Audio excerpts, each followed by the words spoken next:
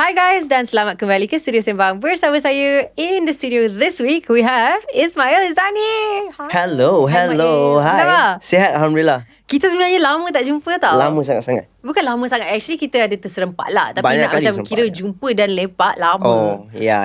When was the last? Betul. I think yang betul-betul I ingat is Korea, but correct me if I'm wrong. I think it was Korea. No, it was definitely Korea. Yeah. Tapi time tu umur kita macam jauh lagi dengan saya. Time tu I think I was like 23. Yeah. You were 17.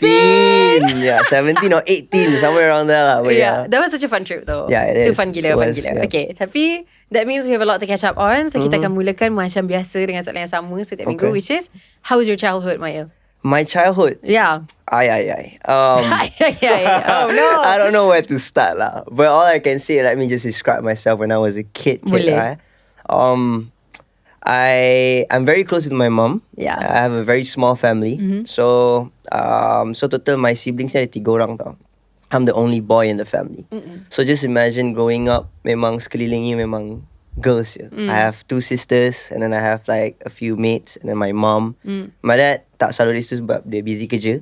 So for me macam my childhood is fun, but somehow I learn a lot from my childhood juga sebenarnya, because going through a few things yang personal and you know things like that really buat I rasa macam I need to be better day by day and again, you know, just to remind myself that kind of thing. But my childhood ni macam, at first talking about music pun just like music. I'm a swimmer. Oh, really? That's a thing yang tak ada orang tahu Oh, about okay. me. Yeah. Interesting. And almost dapat wakil sampai daerah dan Selangor and whatnot. But then I tak boleh nak sambung because I have eczema. My skin allergy. So dekat swimming pool kan ada chlorine, right? Chlorine tu, so kalau I pergi wakil ke apa, chlorine kat satu pool is like 5 to 6 chlorine tau. So after that memang kulit I teruk lah. So I cannot continue. Sayangnya. Yeah, tu memang my first cita-cita lah sebenarnya. I want to be a swimmer because I love to swim. Yeah, but then I have to stop because I sakit kan. So yeah, but then macam music tu datang after that. But music has always been with me since I was a kid. And surprisingly, I used to hate music. Yeah, okay. So cerita ni macam agak complex because your mom is a singer. Yeah. So I would imagine that macam dekat rumah tu you sentiasa menyanyi dengan your mom lah. Tak. Tapi that's not the case, my right? mom pun tak nyanyi kat rumah. Oh. Yeah, I mean, because after my mom kahwin with my dad, they memang 100% stop singing from the industry. Dia terus and then terus tak buat lagu, dia tak masuk competition. Maybe she was a focus on being a mom. Things like that. And then bila I had a talk to her dengan dia, macam I tanya dia macam mana you boleh jadi singer at one point kan. So mama sebenarnya it's not her passion.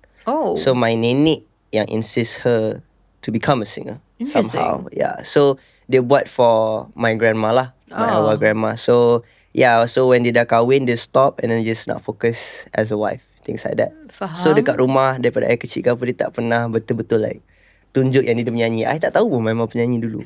Like literally I tak tahu langsung. Tak pernah tahu. Lagi-lagi zaman tu mana nak tahu kan. Faham. Tak adalah social media and sometimes I pelik like you know how majalah dulu macam fotografer semua datang rumah. Macam majalah Nona ke apa, you know.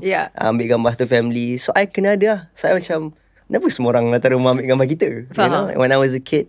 So daripada situ lah I tahu yang my mom used to be a singer somehow. Interesting. So macam mana you boleh tersuka dekat music pula?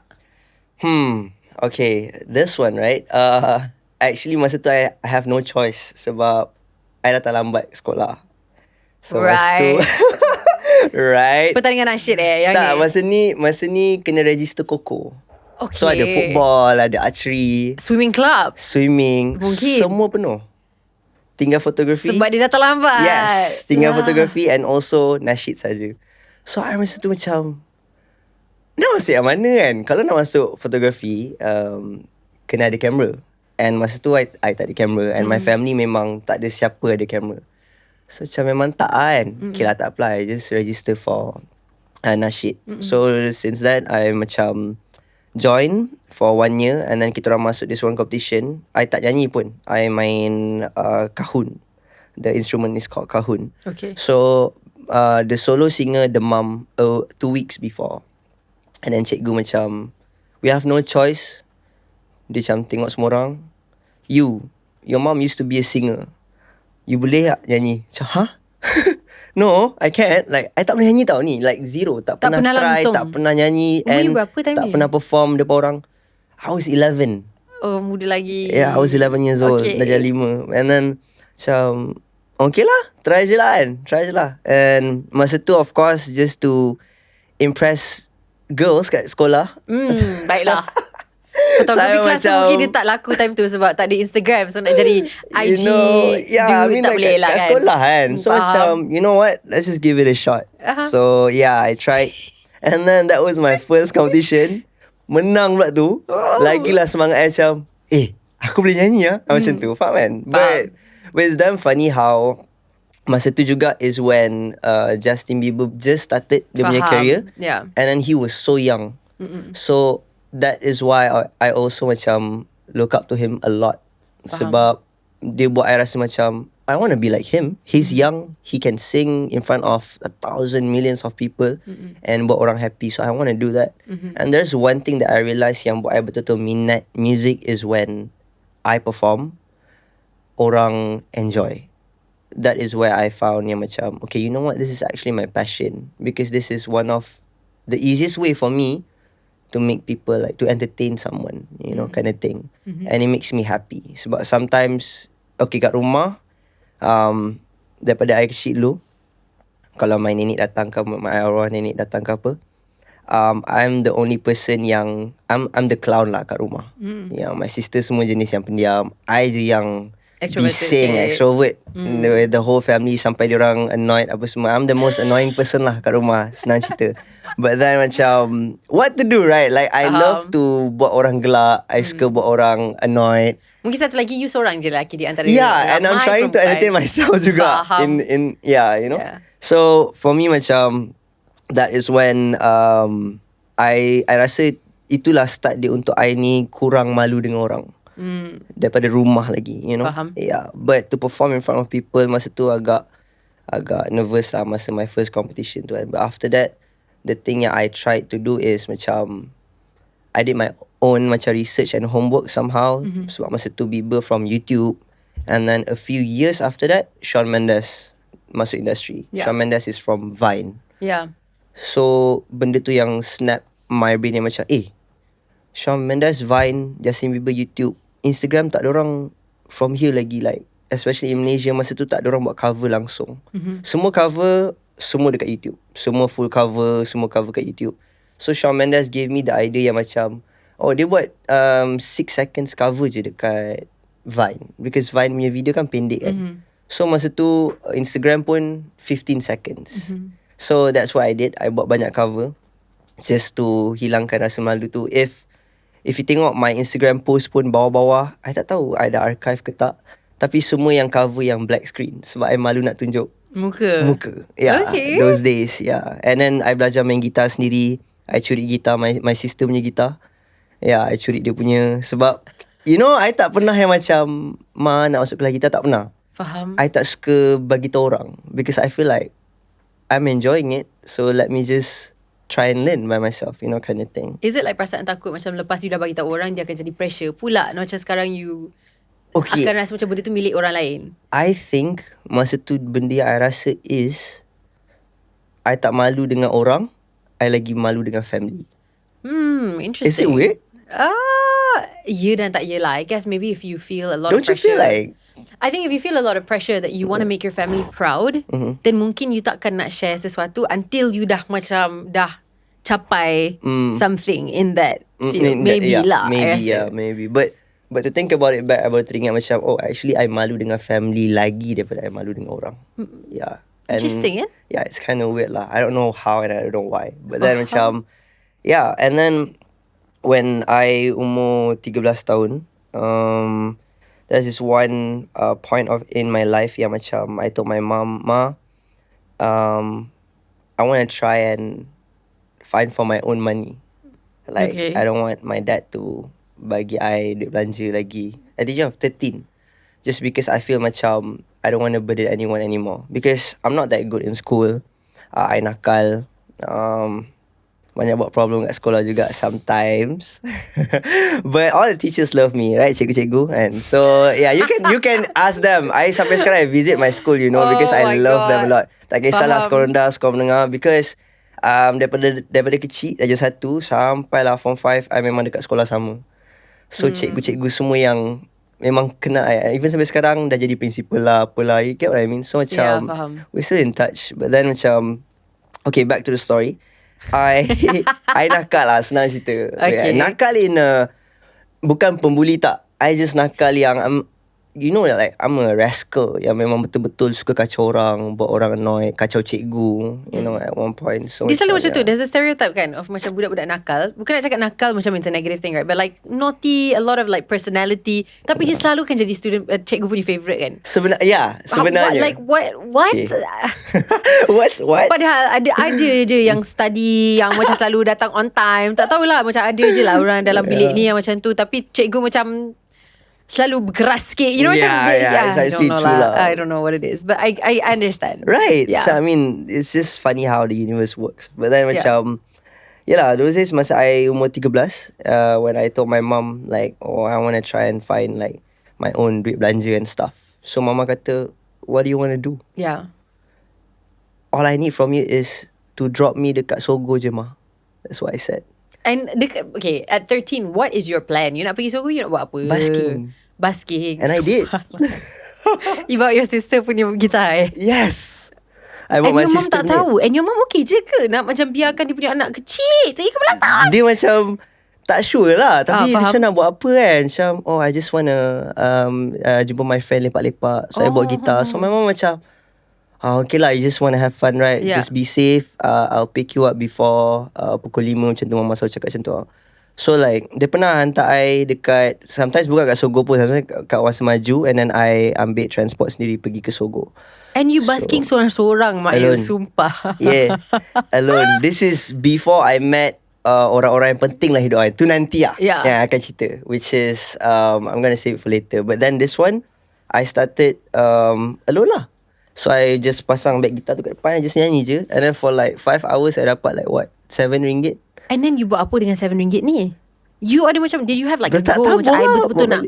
There's a tabung in my room. Yeah, and in my room. And you tengah save untuk what was your like dream? Like, macam you nak kerja duit ni for? I just want to sing. I have no other goals other than that. Sebab mesti rasa macam this is the only thing yang I'm kind of good at. And the only thing yang buat I happy in the same way. Or a thing yang macam bila I sedih, benda ni pun ada. Music is always that, When I nak describe my feelings, since young memang I rasa macam this is the thing, And it makes me feel great, somehow. And in my mind, apa yang I fikir is just I want to do it again and again and again. I tak fikir pasal duit, I tak fikir pasal orang. I just fikir pasal I just want to show you guys that I can sing for you, things like that. Even kat sekolah I bawa gitar. And then at one point, pernah gitar I patah sebab ada like senior patah kan. Yeah, masa tu. So I was damn sad. But and then dah lah, it's not my guitar, right? So macam I know for the fact that after gitar ni patah, I dah tak ada gitar, right? Yeah. So I balik rumah dengan gitar patah. So my mom macam tengok I macam sedih a few weeks and then she surprised me with a new guitar, things like that. Yeah. But how long did it take untuk your mom dapat tahu yang sebenarnya anak dia tengah pergi buat basking? Sampai I 15.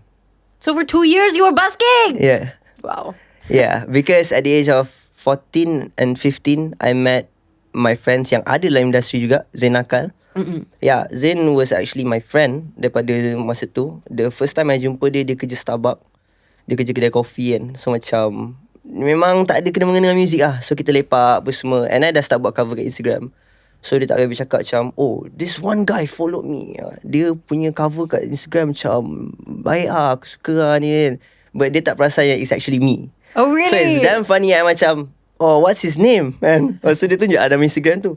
That's me. So, kau ke? Ni. So kita orang happy. And then dia sebab pun daripada sekolah muzik. Sebab you masih tengah tutup muka you kan? Yeah, somehow. And then dia pun macam, you know what? Jom lah karaoke. After that, kita orang pergi karaoke. After karaoke, macam, where are you going after this? Not sure, maybe I tumpang rumah my friend. Zain cakap, it's okay, come to my place lah. Jumpa my mom apa semua. So cakap okay lah, jumpa my mom apa semua. And somehow Zain pernah duduk dengan I for more than 2 years with my family. Wow. Yeah, because the only thing yang betul-betul klikkan kita orang dua ni is music. Lagi-lagi dia daripada sekolah music, so I learn a lot from him. Dia boleh main drum, dia boleh main gitar, dia boleh write lagu. And yeah, basically Zain is a music person lah, and I look up to him juga. So bila Zain dah join, I have this one friend nama Faiz juga. So dia pun minat music, and Alhamdulillah now dia pun dah start music underground, dekat underground scene from 53 Universe. And yeah, Faiz dengan Zain start busking dengan I together when I was 15. So kita orang busking dekat kedai depan sekolah I. Nama kedai tu Santai Bro masa tu lah, dekat Gombak. And we had a contract with them. Okay, you know what? Kita orang akan perform for like 7 hours. You had a contract with them? You're like what, 15? Yeah, 15. How are you doing school? You have a full career. It's at night. Wow, that's Yeah, wild. Santai Bro is at night. So that contract, apa yang diorang bagi is just free food, free flow. Korang boleh order apa korang nak. So kita macam, we can sing and we got free like food. Okay, let's go. So kita orang buat lah. So for a few months juga kita orang basking kat situ. But that is the best, one of the best experience juga. Sebab masa tu lah time yang I try to kurangkan malu untuk perform. You know, I have this one file yang I simpan. Sebab masa tu kan nak tengok chords, lyrics semua kena print. You know? So I asked my sister to print for me because I tak reti tau. So I macam, Angah, can you like print for me this song? Yeah, I ingat lagi. So dia buat kat rumah and stuff. And yeah, Zain dengan Faiz yang teman I basking masa I umur 15 sampai lah I umur 16. And at the age of 13, 14, 15 juga is the time where I try to perform dekat IU Days. Have you heard of IU Days kat sekolah? No. It's like a International Understanding Day. Okay. Sekolah punya event lah. So diorang selalu panggil performers tau. And performers yang bukan macam artis. Masa tu diorang selalu panggil dak sekolah lainnya ada band, you know, macam IUD ni funny story somehow. Masa tu my batch, I, Zain, Insomniacs, Midnight Physics are in the same batch for IUD. Wow. And now kita orang semua dah macam dah buat music for industri. life. You get what I mean? So best lah masa tu. And then the only social media we had was Instagram. Yeah, that's how we linked up with everyone lah. And then it was fun. Those days yang betul-betul I try to be active out there. Not for money, just to entertain, you know. Yeah. So that is basically one of the best parts in my childhood lah. Yeah. Very cool. Yeah, so I did like sekolah pagi sampai petang, sekolah I sampai pukul 4, and then after that I'm free, I can do anything, like I do music. Yeah. Yeah, sometimes I tak tidur, lepas tu pergi sekolah terus. Yeah, you know, things like that. Because I am too commit to music without any reason. Yeah. And then at one point masa I was 15 tu lah, I realised macam, okay, I want to be a singer. Like I want to do music, I want to share my music. And I just want to be a singer and entertain people, that's it. Itu je yang in my head. But my mom, bila dah found out yang I nyanyi kat Instagram, buat cover, orang dah start ambil gambar masa tu as a social media punya kira influencer lah yang buat cover and whatnot kan. So mama macam terkejut macam, kenapa everyone is taking pictures with you? So actually I've been doing covers kat Instagram for like a few years already, and here's my followers. Tu bangga lah masa tu kan. So mama tengok macam dia terkejut tau. Macam a lot How of people support. many followers did you have pada kita? Masa tu 50 plus, 70 plus, and then 100 plus, 100k plus. Yeah, from Instagram. Which is a lot lah, especially time tu kan macam Instagram baru-baru. Yeah, and then memang tak ramai yang betul-betul guna Instagram masa tu sangat. But yeah, those days it was fun lah. And then bila my mom dapat tahu, and then she asked me like, so do you want to be a singer? And I said, yeah, I want to be a singer. Of course I want to be a singer because I love it. It makes me happy. But my mom ada satu benda kat her face yang dia macam nak bagi tahu tapi dia tak bagi tahu, and I tak tahu masa tu. At one point sampai lah I cakap, I got an offer from Warner Music. And macam tu kan, dia tengok contract, nantilah kita hold dulu. Mama cakap, so macam, okay lah. I dah excited ni sebab dah dapat contract kan. Masa I umur 16 tau. A lot of labels dah try Dah to cari you. sebab dia nampak I from Instagram, I guess. Yeah. So yeah. And then I pernah join Universal Music punya competition. Yeah, sebab siapa menang that competition Dapat contract. Dapat contract. Yeah. So I tried, I shoot my shot lah. So macam, try lah, let's try this. So I tak dapat. I dapat nombor 4 masa tu. So I was like damn sad, demotivated and whatnot. And then rezeki lain datang, World Peace Entertainment, the first label yang I signed with. And then diorang pun cakap like, oh, you're gonna be our first artist. And I was 16 turning 17. So I was like, something is different here. Like, you guys make me believe yang you guys akan do this with me together. You get what I mean? I understand. So yeah, I told my mom about it. About my mom jumpa diorang. My mom is happy and dia macam excited for me to start.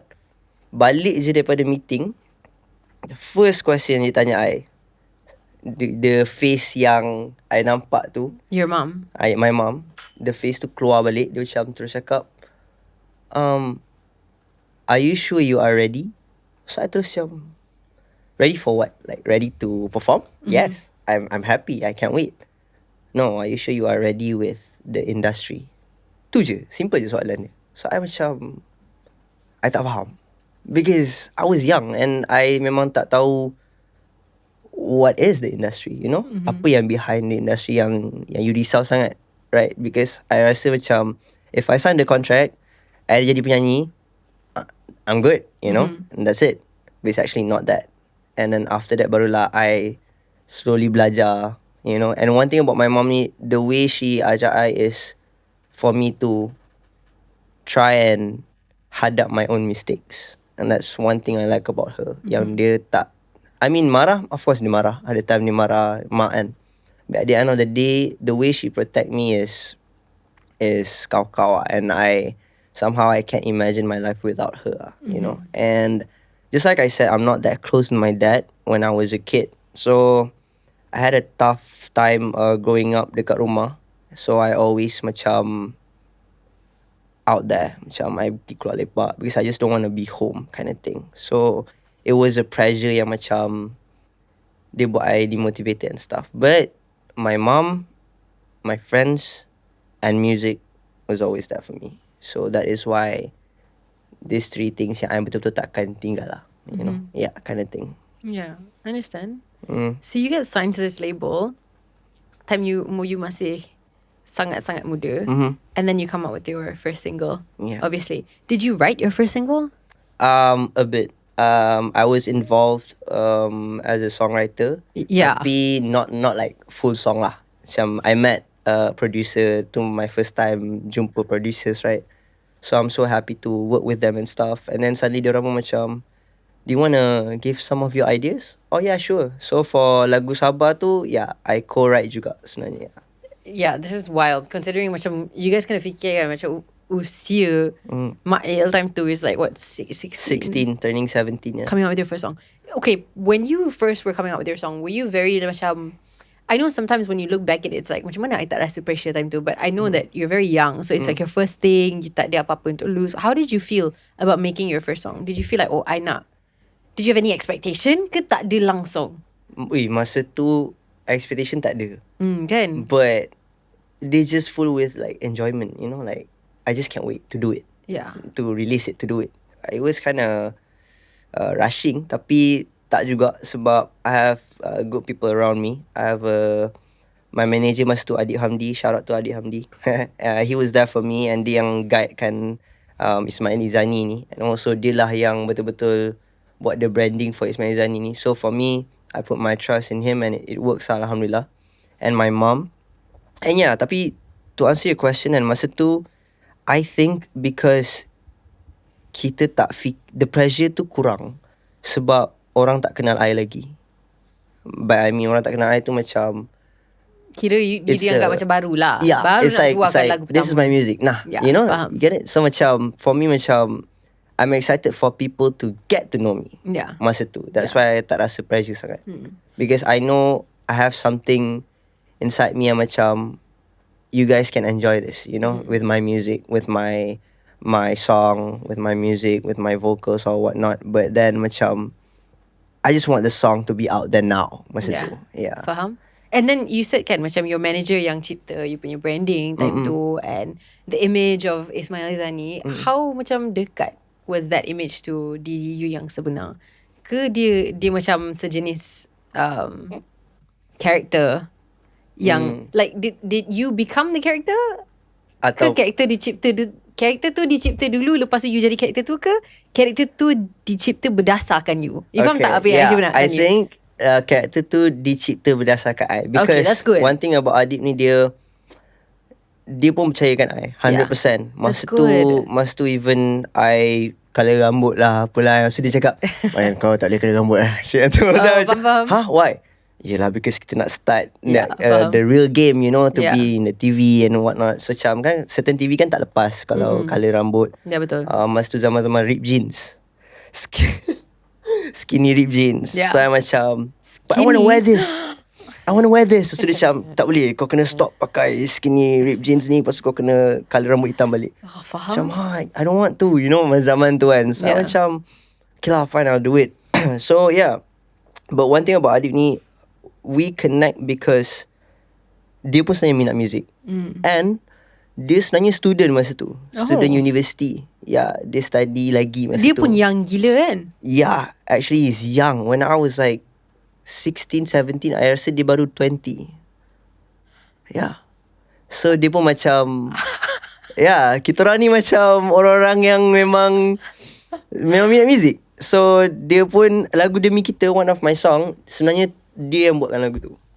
Yeah, it's his song. I yang nyanyi. You know, there's a lot of stories yang maybe ramai tak tahu juga. So yeah. So smart and so young. Yeah, it was fun lah. It's very like those days, especially before COVID, when I dah established as a singer, even shows are very different. Contoh satu hari kita pergi like 3 negeri show sahaja. Fly pagi Terengganu show, duduk situ a few hours, fly pergi Johor pula show, fly pergi Kelantan pula show, fly KL baru tidur. You know, those days yang memang as a singer tu lain. So for me macam, if sekarang, tapi masa tu memang susah. I memang susah bangun. Sampai dia orang kena tahu rumah, ketuk pintu, tarik I, suruh I mandi. Memang teruk sebab I was 16, 17. Can you imagine? You were a kid. Yeah, for a kid to like commit to kerja yang macam, this is kerja, ni bukan sekolah yang you boleh, you know, tak pergi ke apa ke. This is like work. So macam trying to get used to it, and bertahun-tahun juga lah for me to try and fit in. Okay, sorry Mael, what happened to school? Because 16 is not like a working age tau. 16 is like a schooling age. So what happened? Okay, so I homeschool when I was 17. Okay. So that is when I decided to ambil homeschooling. And then itu je lah. After homeschool, after 17 tu, I tak sambung belajar pun. I tak continue pergi universiti ke apa, tak ada. Because I really can't commit dengan you punya both. kerja. It's risky though. Yeah, sebab I know for the fact that boleh buat, because ada je orang buat macam Wani Carey, habiskan study in the same time dia singing. It's good for her. But for me, like, maybe I'm not trying to say macam people out there kena buat benda ni, tak. I mean, study is still important. But then masa tu I know myself and I know I can't do it, you know, so I need to choose one. Because of course I know me more than anyone else, right? So I told my mom macam, Ma, I cannot. If I sambung study pun, like, it's gonna be, I akan menyusahkan you, I akan menyusahkan orang lagi, because we need to pay the bills and, you know, things like that. So macam for me, why not, let's just go all in dekat satu tempat je, which is I want to focus on my career. Tu je. So mama pun macam, it was a tough decision, it was a risky decision. The only person yang believe in me was her. And then my dad tak ambil pot. My sisters pun macam, okay lah, you do you, you know, things like that. So just my mom and me.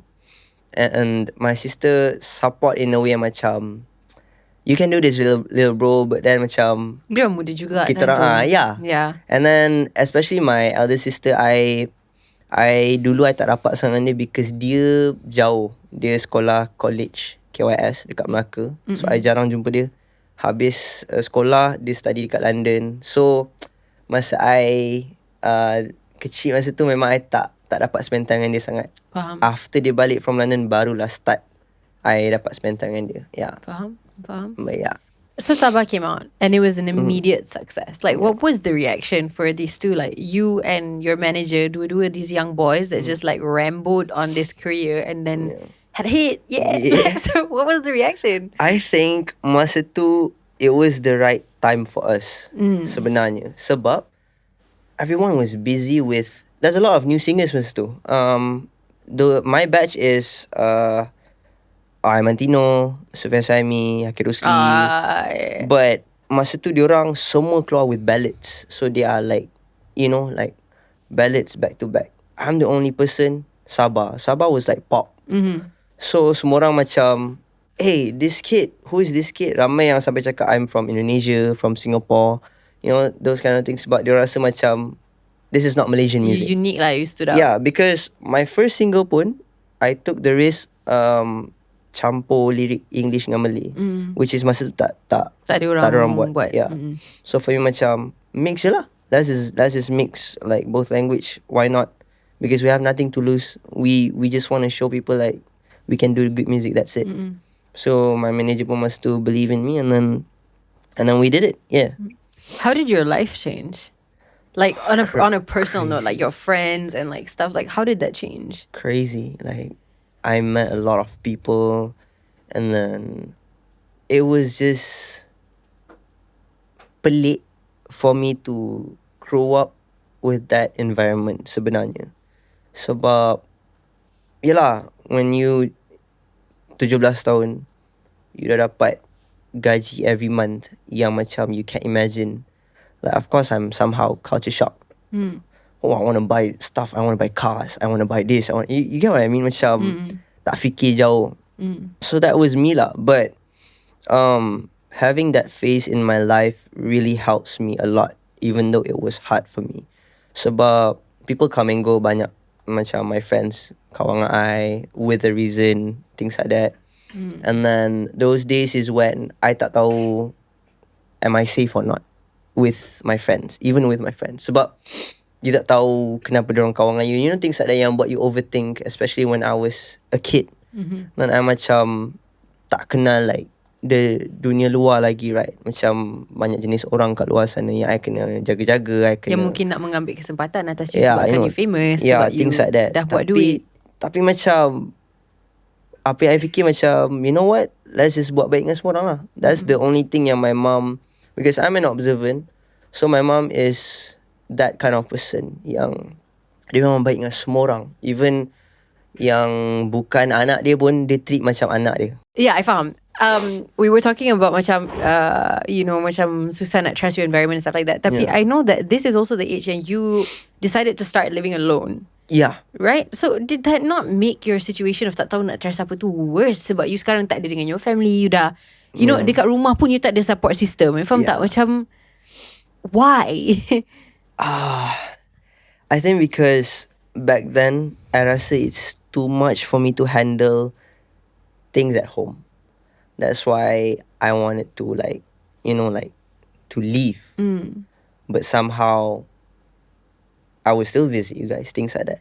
Because I had this one deep talk with my mom yang macam, I told her like, Ma, I need to live alone.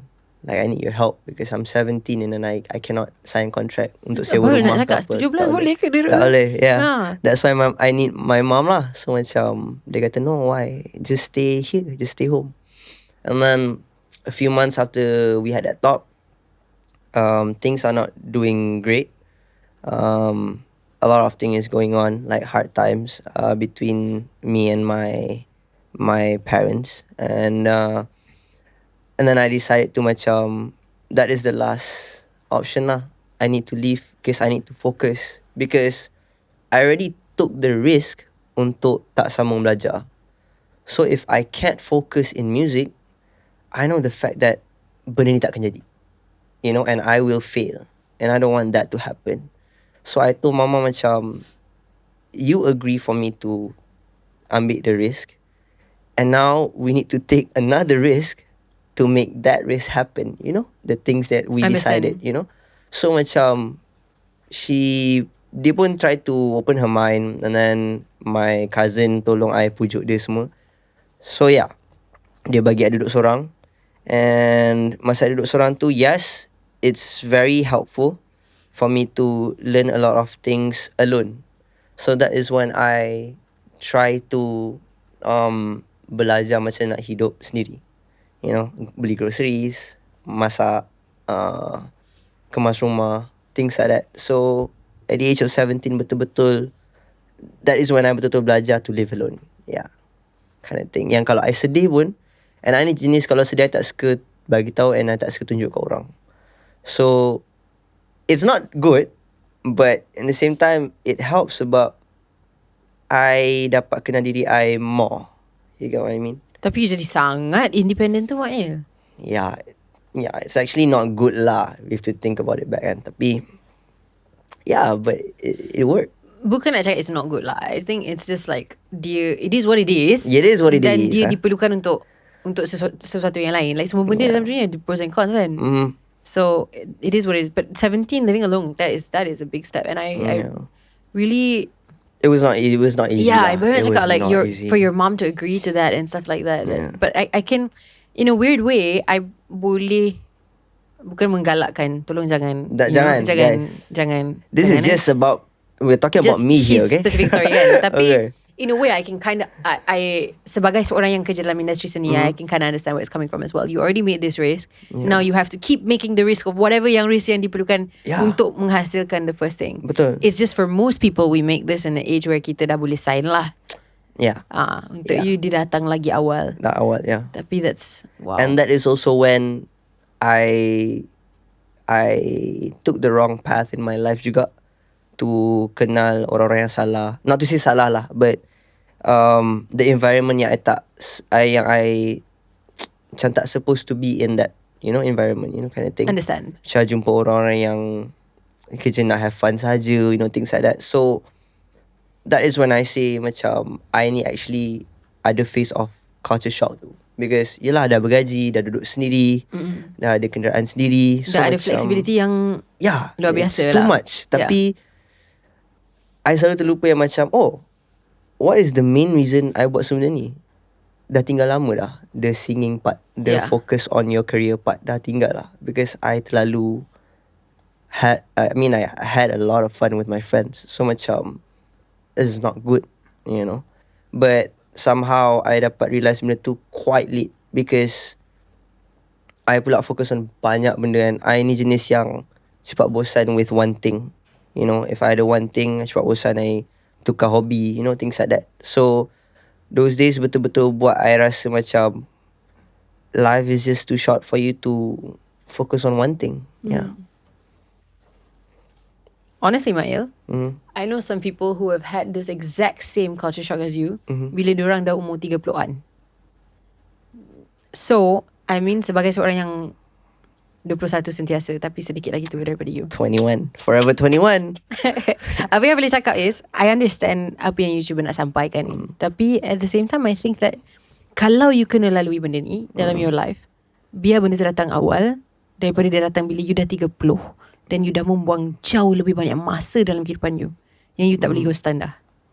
You faham tak? Yeah. I mean, obviously kita semua nak jadi seorang yang fokus sentiasa dan tak pernah hilang fokus dalam dunia. Tapi tipulah kalau I cakap I sendiri tak pernah hilang fokus. Of course lah. Yeah. I mean, we're not perfect. We're not beings. perfect. But at least you went through it young and you're coming out of it young. The fact that you can even look back and you tahu macam mana nak diagnose benda-benda macam ni in your life at 25? That's an achievement, Mail.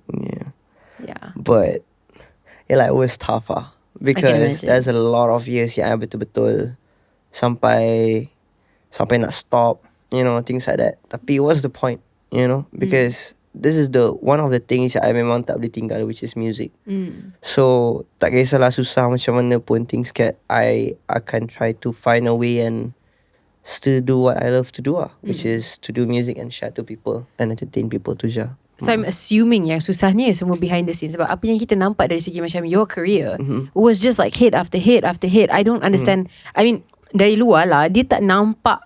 Dia selalu macam ni kan, kita tak nampak orang pergi struggle because apa yang kita nampak ni is music semi-finalist, macam menang ni, menang tu. Itu yang kita nampak. So nak tahu macam struggle tu, it's hard to understand what that could have been. But dari luar, apa yang I boleh nampak juga is when you are such a huge success at such a young age, did you feel a lot of pressure untuk sentiasa keluarkan sukses yang baru? Because I know when you keluarkan your first song, right, macam tak kisahlah lantak lah benda ni jadi ke tak jadi ke, tak ada orang kenal pun. Makin lama orang dah kenal, orang dah ada expectation. Did that ever feel like, wow, overwhelming gila, takut nak keluarkan sesuatu? For me tak. Tak pernah. Oh, that's good. Because up until now pun sebenarnya numbers is not my priority. If you ask me lah.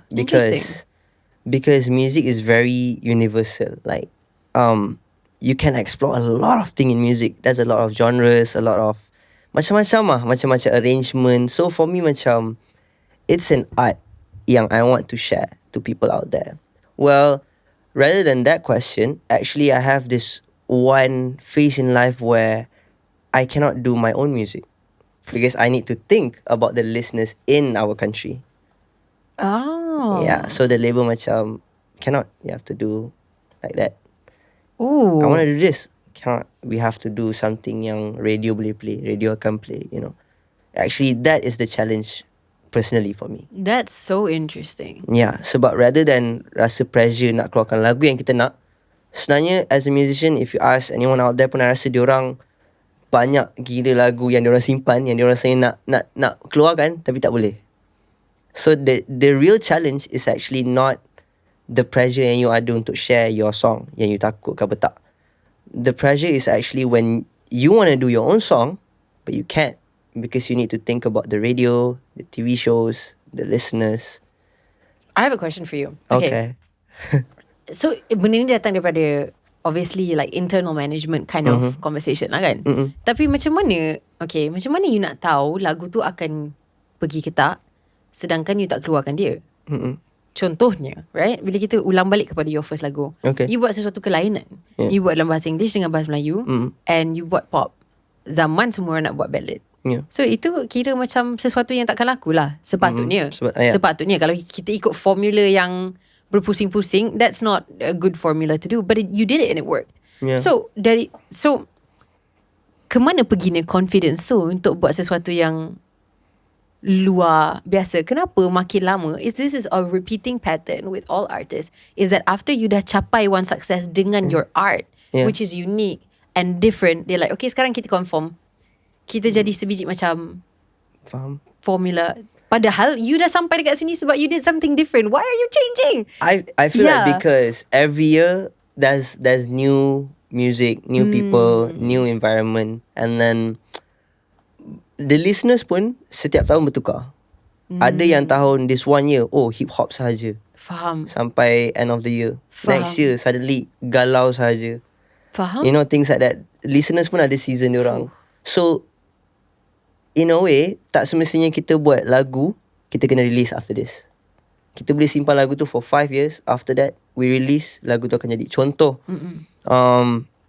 this is a sharing punya ni kan. Lagu Sonawan dengan 𝙁𝙊𝙇𝙇, Satu Malam di Temasek. That song was like 6 years ago. 5 years ago. Sebelum lagu tu release. So dia dah buat lagu tu way back, tapi dia simpan. 2022 tak silap bila release lagu tu tak ingat, tapi a few years back kan, baru dia release lagu tu officially and it works. So macam tak semestinya you buat lagu sekarang you kena release sekarang. But back to your question, right, sebenarnya sometimes at the end of the day, sometimes the team and the people that we are in with the circle kan, they think about business more, you know. And I'm not blaming them, no, it's just how it is. Like we still need to fikir pasal the people out there to do our own art. Kita tak boleh be selfish and 100% fikir kita je. Sebab kita bukan macam orang dekat luar negara. Contoh 𝘾𝙍𝙀𝙊𝘀, he's doing like a very different thing, right? But it's his art. And orang boleh accept. Kita tak boleh imagine kita macam dia untuk buat something macam tu kat sini. Memang susah lah. Memang susah gila. Because that thing is too heavy. Even I pun sometimes takes time untuk faham. Honestly, I have no idea what 𝘾𝙍𝙀𝙊𝙀𝙀's music is about. I mesti dengar macam okay. But yeah. Tapi mungkin sebab it's Kanye, Yeah, dan dia dah sampai dekat satu tahap di mana dia punya financial dah sangat secure. Tak kisahlah kalau benda ni buat duit ke tak buat duit, dia hidup lagi. Dia okay. And also it's a risk lah for us to do Faham. something macam you cakap tadi kan. Faham. Kalau kita still fikir pasal kelainan, but it works before, kenapa kita takut nak buat sekarang? Maybe sometimes it's because of the risk. And to talk about the artists out there, maybe they are going through their own things, personal things yang affect like the releases ke apa. We'll never know. But yeah. But I guess for you kan, I think this concept of like macam this struggle must have been really tough. Because macam apa yang kita nampak from your like pattern of your life is you tak pernah kisah sangat pasal the commercial or the numbers. Like you literally just said like the numbers is not my business, right? So you just want to make your art. So surely this must have been like frustrating gila kot. You nak buat ni tapi you macam restrain. Macam mana you? I feel like benda yang I betul-betul, of course menyesal, tapi in the same time not to say happy, but it's good that things happen because I am here now. Like I am this version of me right now because of it. So few years back, I would say somehow push aside semua orang yang ada dengan I somehow rosakkan my own career in a way where I was too obviously out there, and then orang ada eyes on me and stuff, and I did like bad things yang people terus judge me as a bad person without knowing who I truly am and stuff. So on that year yang betul-betul hit me like a truck, yang a lot of event management ban I, sekolah ban I, university ban I, tak boleh perform because I'm a bad influence artist kind of thing. So that's when I stopped for 2 years. And I stopped for 2 years trying to learn again and again and again, because of course I admit yang I'm the type of person yang ulang somehow the same mistakes to learn again and again and again. But I'm not afraid to fail. You get what I mean? So because I believe in the time when you actually want to change, it will come, because you cannot force yourself in a blink of an eye you terus berubah. Tak boleh. So for me it takes time, because the goal is to be a better person day by day. So I can be a good person today, maybe I can be bad tomorrow, things like that. We will never know what will happen in the future. But things that happen in my life betul-betul buat I realise yang macam, you know what, I need to change this, because there are 1 year yang betul-betul a downfall for me personally, because I tak boleh perform dekat banyak tempat somehow, and then a few contracts kena tarik somehow, you know, things like that. And it hit me like a truck lah, tapi I accepted it. And then there's 2 years where I betul-betul focus on my personal life sahaja, because I started young. So masa tu Instagram was there already, right? So I share everything tu Amelia kat Instagram, everything. Siapa partner I, apa benda yang buat I happy, apa benda yang buat I sedih. I share everything, you know, like dekat social media, macam transparent sangat-sangat. To a point when things happen, orang dah start judge. So I took a step back and I stopped. I archive a lot of posts. I kurangkan my posting. I tak tengok social media sangat. 2 years yang betul-betul me, my friends, my family dah. Yeah. So 2022-23 was the year yang I betul-betul tak ada apa-apa dalam industri. Just to find myself again, you know, to understand and to know siapa sebenarnya I ni, macam tu lah. And it was not easy lah, but yeah, it's just crazy how time flies. But alhamdulillah now I'm feeling better. Yeah, because a lot of things really affect me and my emotion, my brain towards the negative comments or the negative experience yang I pernah dapat. Contoh macam ada this one situation, I have a best friend, dan I pergi rumah dia. I was sitting at the sofa, dan dia pergi dapur. So dapur dia tak ada pintu, tak ada apa. So you can literally listen what is going on dekat dapur kan. Parents dia straight up cakap, oh kenapa kawan dengan dia, dia kan budak teruk kan, macam tu. Tapi I boleh dengar. I was at his house. So I macam, oh shit, boleh. Or like it's okay lah if I can't be here, then I'll leave lah. And tapi dalam hati I masa tu macam I tahan lah, macam teruk sangat ke aku ni lah, macam tu. You know, for people to betul-betul tengok I macam as that person, walaupun dia sebenarnya tak kenal pun I ni siapa, things like that. Yeah. That is when I also try to keep my circle small, and I tak, as much as my career ni involve a lot of people, jumpa orang ni, jumpa orang tu, tapi tak semua yang I betul-betul akan rapat dengan dah after what happened. Yeah, because I learned from my past lah, from the past, and I'm trying to build a better future for myself juga. Because at the end of the day, in my life, I wanna have my own family. You know, I wanna be a man who can take care of and like my own problems, solve my own problems, take care of my family and stuff and my friends. I wanna be that guy. I don't wanna be the disappointment yang korang ingat I will be. You get what I mean? So it's too much of proving so many things to people out there, to a point I rasa, let me just prove this to myself. You know, like let me prove it to myself tu je lah. So yeah, that is the time where I betul-betul macam leave this all behind. I was lost in music juga. Lagu-lagu yang I buat 2022-23 tu semua kat PC I macam kat situ je. Sebab I was so lost. I tak jumpa my own sound. I tak jumpa what I want to do. I write benda yang I write sahaja. It's not something that is from the heart, you know. But yeah, that is what happened before lah. Yeah, it was tough. But it was great. Yeah. Why? At least you learn a lot.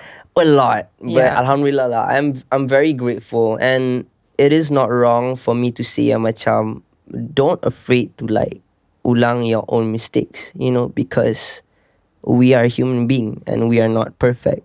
Nobody is, but as long as we accept our mistakes and try to be better in the future, you're good. Yeah, because banyak lagi orang kat luar sana yang that is going through tough times, yang you tak akan imagine how tough it is. Yeah, maybe yours ni macam 2% of theirs, you know. Yeah. Honestly, Mael, I have no idea what you have done that is so bad. I tak jumpa in my research. So for whatever, I don't really know, right? But what I can say from what I know is that when I met you, you were 17. Yeah. And you were a really nice guy. Oh, thank you. Yeah, I thought you were a really sweet boy. And I was like, wow, he's raised right. Like, he's so polite, respectful, very successful, very sweet, very Thank easy you. to talk to. That was my first impression of you, right? And again, I cannot speak on your mistakes lah, because I have no idea what it is you've done. But I think also macam, I feel a lot of like, please don't judge yourself Yeah. for it. Sebab apa yang I rasa macam kadang-kadang orang akan terlepas pandang benda ni kan, is that like for a lot of people that work in entertainment, Yeah. and this is something yang kadang-kadang sangat susah untuk difaham, kecuali kalau you pernah kerja dalam bidang entertainment, right? Is that especially when you're so young, and you know, like you grew up in a time where social media tu betul-betul menjadikan your life like a transparent tu semua orang tengok, right? And kita semua diajar untuk tutup aib sendiri. Sebab kita semua pernah mengalami ataupun pernah buat keputusan bodoh, right? Yeah. Tapi tak semua orang kena hadap keputusan bodoh dan ambil accountability untuk keputusan bodoh tu di depan mata dunia. Yeah. Itu sesuatu yang kita tak tahu kita boleh handle ke tak. Tak semua orang diuji macam tu. And so kadang-kadang orang akan cakap macam, kalau you tak nak hadap benda tu, jangan buatlah keputusan bodoh tu. Betul juga. Tapi pada masa yang sama, when you're young, right, it's a mistake that you have already come out the other side from. And I'm really proud of you for taking accountability. Thank you. You know, because that means that you have done something right. It's not about the mistake. It's how do you recover from it. Yeah. You know what I mean? Do you look back and you're like, actually, I'm a G and that's fine. No, because that's not a very healthy way to live. Because then you're not growing, right? Yeah, true. Tapi yang penting is you came out of it, Mael, and you're taking accountability for it. I'm proud of you for that. Thank you. Appreciate it. Because that's not easy, right? Like, that's really hard. Yeah. A lot of people nak buat tak tahulah sampailah ke sudah, right? Yeah, how tak boleh. Yeah, cannot. I'm proud of you for that. Thank you. I mean, that's such a sweet thing to say, for you to say, and I appreciate it. But then, yalah, for me macam I'm still trying, and I do believe people out there banyak yang tengah battle dengan diri diorang sendiri, you know. Yeah. to be a better person. No matter how hard it is, just don't give up, Like, and I believe in that, and things happen for a reason. I do believe in that, as much as it's kind of cliche kalau dengar benda tu kan, tapi sebenarnya benda tu betul lah. Like, things happen for a reason. Yeah, maybe you can't find the reason why, but try to, just like you said, try to buat benda after that. That's the hardest part. The actions that you're doing after the mistakes that you did is the hardest part. But so true. But yeah. So true. And do you know what, Mail? At the end of the day, do you know what's so much more relatable? It's a story about somebody who's made a mistake and is like fixing it and is growing from it. Like, we can all relate to that. Kita semua pernah berada dekat situation tu where we've made a mistake and we're trying to fix it, right? A story of somebody being forever perfect, and dia perfect daripada dia lahir sampailah ke sekarang, kita tak boleh relate dengan benda tu because we know it's fake. Yeah, it's right? impossible. Like, it's not real. Yeah, it's not real. Yeah. So I think your story has the potential to inspire so many more people. I hope so. Yeah. Can I ask you a couple of questions about like Yes. macam, so what, you hilang lama, Mail? Like, I pun tak jumpa you. Macam tiba-tiba be like, when I saw you for like the first time, I think at an event, like, so you backstage ke, I tak tahu kat mana lah. I was like, Mail, where have you been? Yeah, it's really right? true, yeah. So dalam time tu, what was like the biggest like lesson that you learned from not singing or not actively keluarkan lagu or whatever? Like, what were you doing with your time? 2 years, Yeah.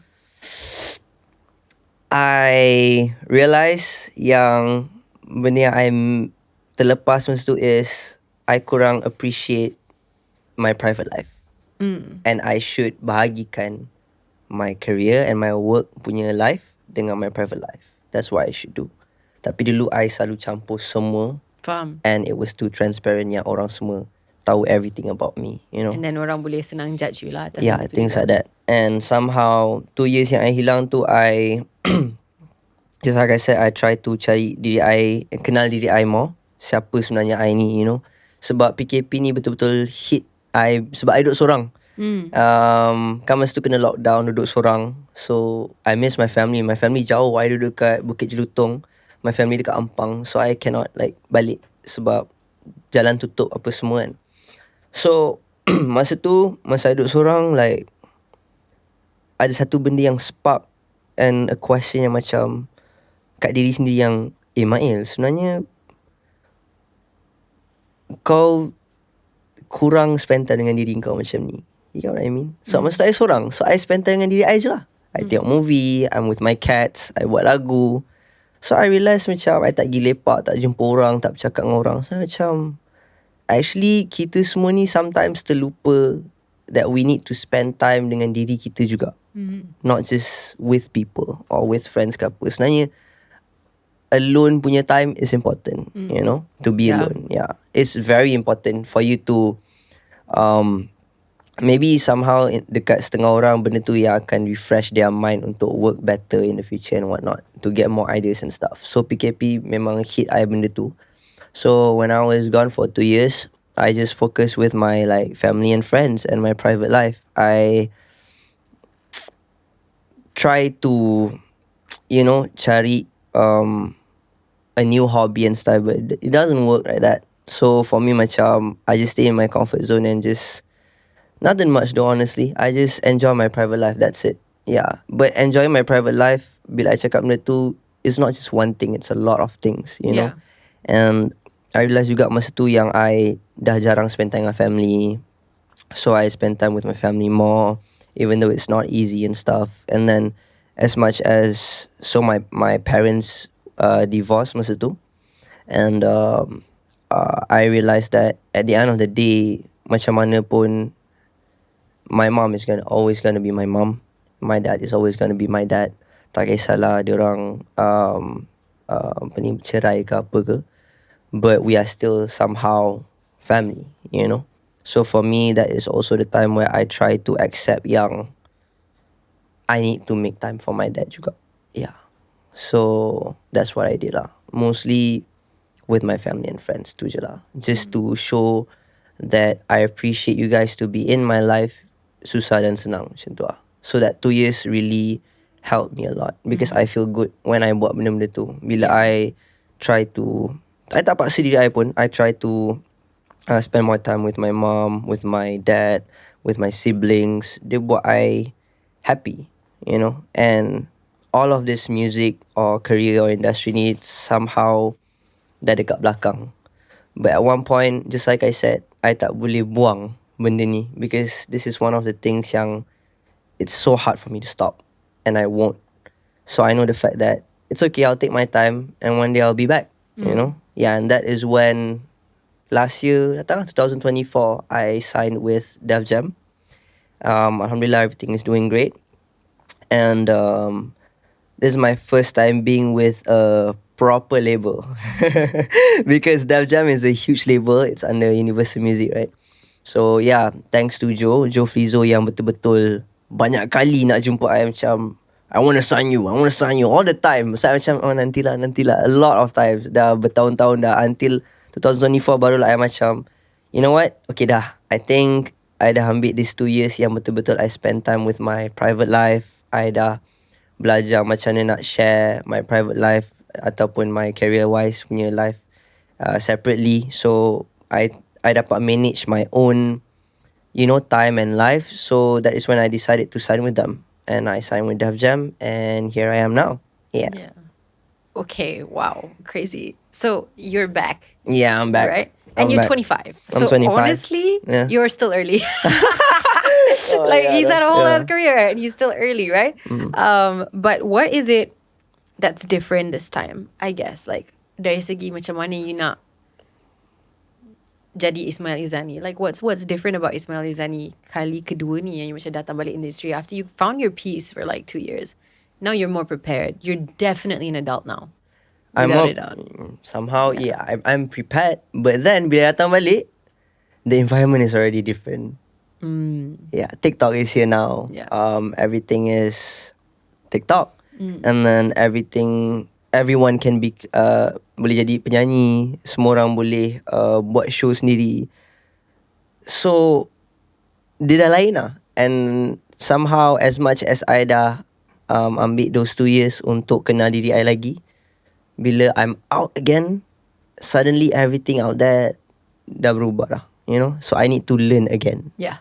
So right now is actually I'm still learning lah. Sebab I pun jarang aktif kat TikTok. As much as I tried to force myself banyak kali dah. Tapi I'm trying my best lah. Because maybe those 2 years affect juga where I terlalu spend time yang personal life and stuff. Yang buat I rasa macam I don't need to share. But I lupa that my career actually involves you sharing postings, you know, all of those things yang people nak tahu pasal I and keep update dekat social media. So that is one of the thing yang I tengah struggle juga actually. But in terms of music, I would say now that I met a lot of people and I learned a lot of things already, I would say my music is kind of different now, the way I buat my own music, you know, like the process of it. And I'm coming out with an album, inshallah. Still in discussion, dah meeting apa semua. Tapi I'm not expecting anything and I tak nak janji anything. But what I can say is the songs are from the heart mostly, yeah. And there are a few songs yang I betul-betul write with the things that I've been through this past few years, especially with my family and friends. So yeah. But you're writing your own music again. Yeah. Oh, that's good. I'm writing my own music again and it feels different lah now. Yeah. Sebab the way I write pun I dah, you know, I dah jumpa a lot of people from Def Jam juga banyak tolong sebab diorang bawa Philippines punya team, and then, you know, all the people dekat Def Jam tu sangat-sangat positive in music that I can really learn a lot somehow. Sebab dulu I was the first artist dekat my old label. So for me to learn tu macam there was no blueprint before you. Yeah. You belajar dari siapa? You yang first. So macam susah kan. So this time around I macam happy to be here, to be a part of this family, and it's amazing. So now it's been like almost 3 years already. Yeah. That's awesome, man. Yeah. Yeah. You still live alone? What? Yeah. Yeah. Yeah. Why? Some things never change lah. Yeah lah. Okay lah. You're 25. Change, it's legal. It's legal. Oh, come on. Oh, yeah. No, that's good. That's good. I'm really happy to see how far you've come. Alhamdulillah. Yeah. You know, I'm super excited. But anyways, before we go into the rapid fire or anything, I do want to talk to you about your single Tenggelam. Okay. That's your latest one, right? Yep. Yeah, okay. So let's talk about that one. Seeing as I nak tanya pasal album pun takkan ke mana sebab benda tu is still in discussion, right? So let's talk about Tenggelam. What is the song about? Like, how did you come up with it? How excited are you? Okay, so lagu Tenggelam ni masa tu I session dengan MFMF is the producer. Yeah, they're great. They're amazing. And then we had this session. I cakap kat diorang macam, can you guys play any beats and we'll try and cook from there. So they play this one beat, which is Tenggelam punya beat. It took me like a few seconds je terus masuk the chorus. So everything was so easy. We started writing and then kita buat lagu tu jadi apa semua. And I suka observe and I'm an observant. So I observe a lot. And lagu Tenggelam ni is about when you have that one person yang understands you and accept you for who you are and somehow will always support you till the end. So it's just an appreciation song towards a person yang selalu ada dengan you. Tak kisahlah your friend ke, your partner ke apa ke. So for me, I have that one person in my life and I'm happy, you know. And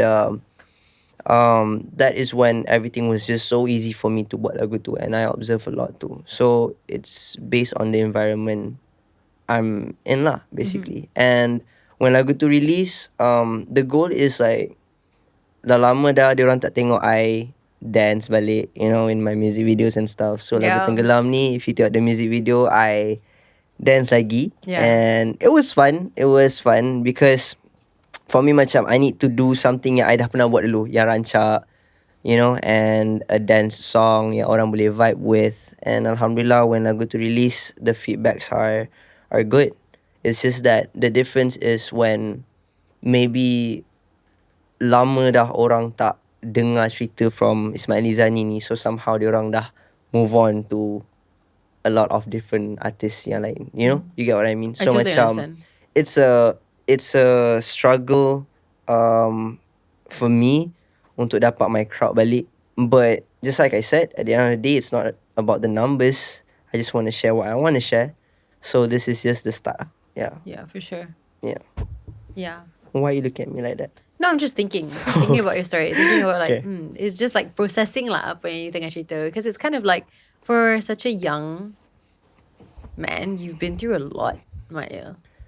Like a lot of ups and downs. Like, and it's like not easy. Yeah. You know, actually, to be here, I'm not mentally prepared. Oh, why? Why? No, I mean, tak lah, because I don't know, like, there's a few things yang affect me about what happened before, right, with my life.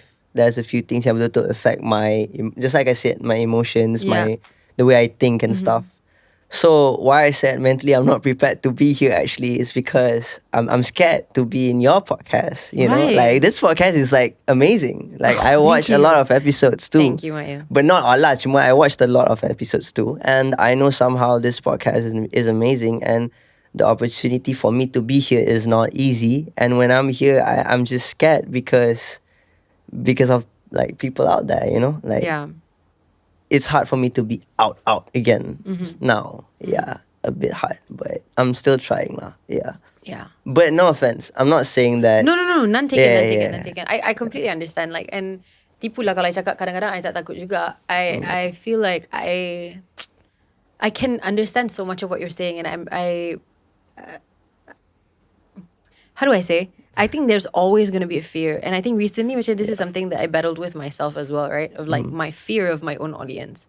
And how much that is like really like a cage that you cannot, like you have to force yourself to get out of it.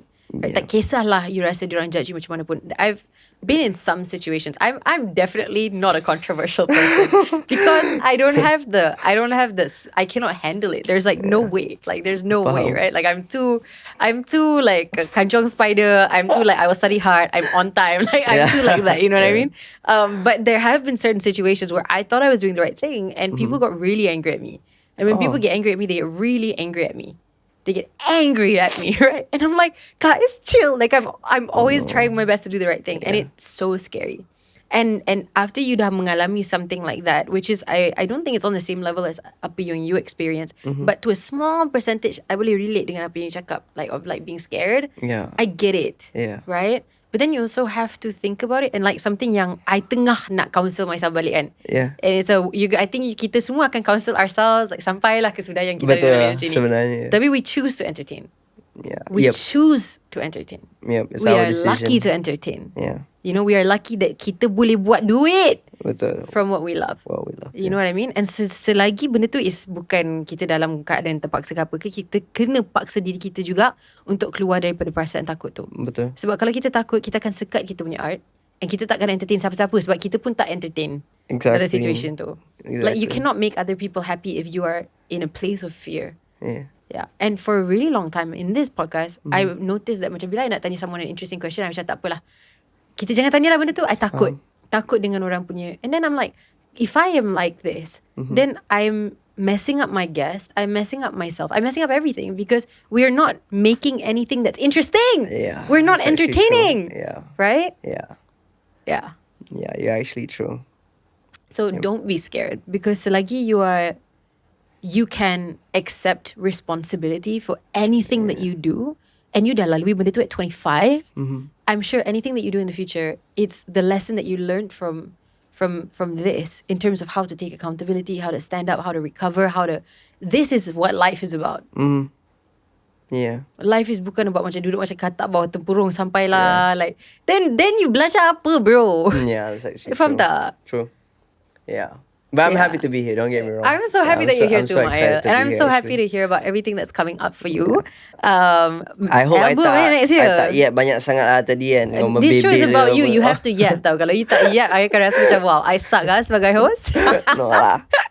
Okay, so album next year. Is there anything else yang you boleh kongsi dengan kita ke? You nak macam rahsiakan benda tu? And it's fine if you want to rahsiakan, because we're not trying to drop a spoiler like 1 year ahead of the album release. And also, I don't want to promise it's going to be next year. Okay, maybe yeah. But if it's next year, then I would say this album means a lot to me because somehow this is not my first album. But then it feels like my first album because I lagi banyak write dekat this album. And I lagi banyak bagi my ideas dekat this album for arrangement, for the topics and stuff. And the songs inside is, I don't want to share it too much. Yeah, but then it's okay. all I can say is it's very close to me, and I hope bila I dapat share benda ni, you guys akan relate and feel close dengan korang juga.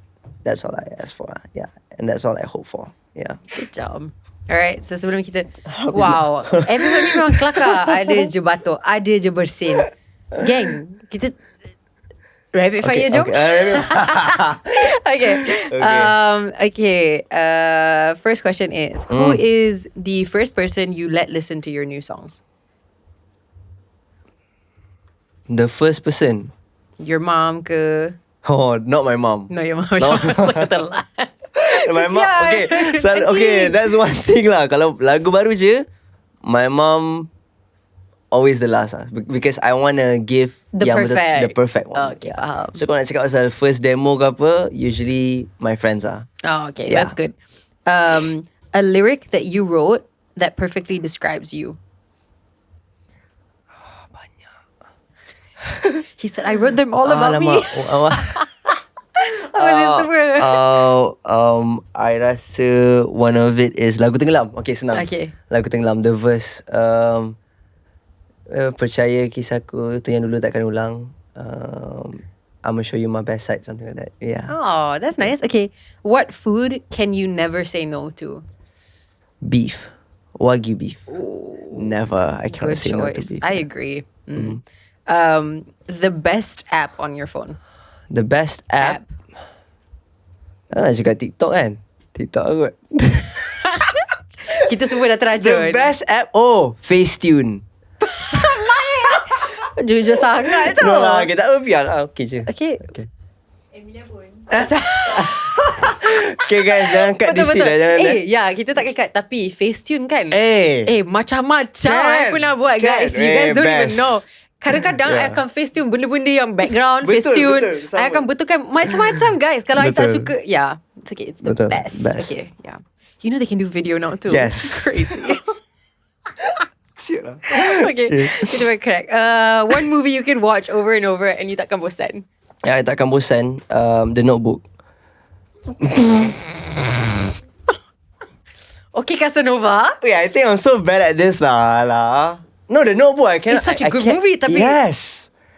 It is such a good movie, no? right. Okay, one more. Anchorman 2. No, you don't have to. Dia macam nak cover maca. Terus Anchorman 2. No, Notebook is great. That's Notebook a is great great, choice. yeah. Oh my god, we're so 20. No, because I can watch it every year. Face tune Notebook. Yes, you are me.